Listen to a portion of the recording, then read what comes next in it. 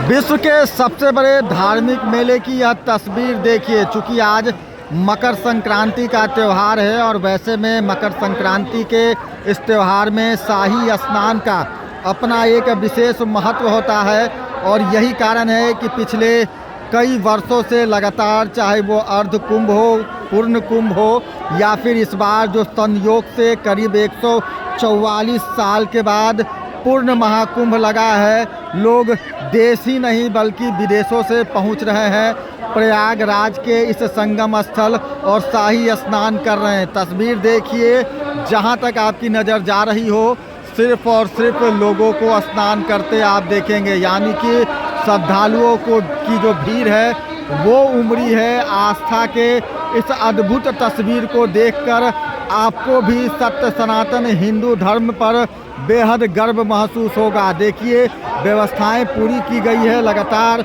जो सफाई कर्मी है, चाहे वो नदी तट की सफाई हो या फिर सड़कों की सफाई हो, लगातार उसमें लगे हुए हैं। और मैं तस्वीरों के माध्यम से आपको दिखाता हूं कि फ़िलहाल यह जो दिख रहा है यह आपको गंगा नदी दिख रही है और इसके ठीक सामने जो यह दिख रहा है यह यमुना नदी है। यानी कि इस जगह का विशेष महत्व इसलिए भी हो जाता है कि यहाँ पर तीन नदी, एक जो कि सरस्वती नदी अदृश्य है, लेकिन यमुना जी और गंगा जी दोनों नदियों का जो है वो मिलन होता है।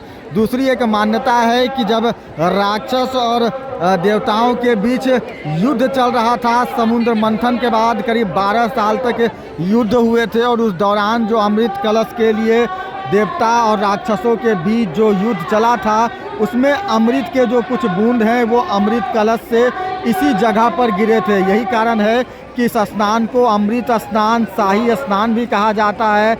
आप देखिए कि लगातार जो लोग हैं वो शाही स्नान कर रहे हैं, अपनी मनोकामनाएं मांग रहे हैं और यह मान्यता है कि जो कोई कुंभ के दौरान प्रयागराज के इस संगम स्थल पर स्नान करता है उसे मोक्ष की प्राप्ति होती है। यानी कि वो मृत्यु के भय से बाहर चला जाता है, यानी कि जीवन और मरण के इस चक्रव्यूह से बाहर चला जाता है। फिलहाल उत्तर प्रदेश सरकार, प्रयागराज जिला प्रशासन के द्वारा बेहतर व्यवस्थाएं की जा रही है और लोग आस्था के इस संगम में, इस भक्ति में जो है वो डुबकी लगा रहे हैं।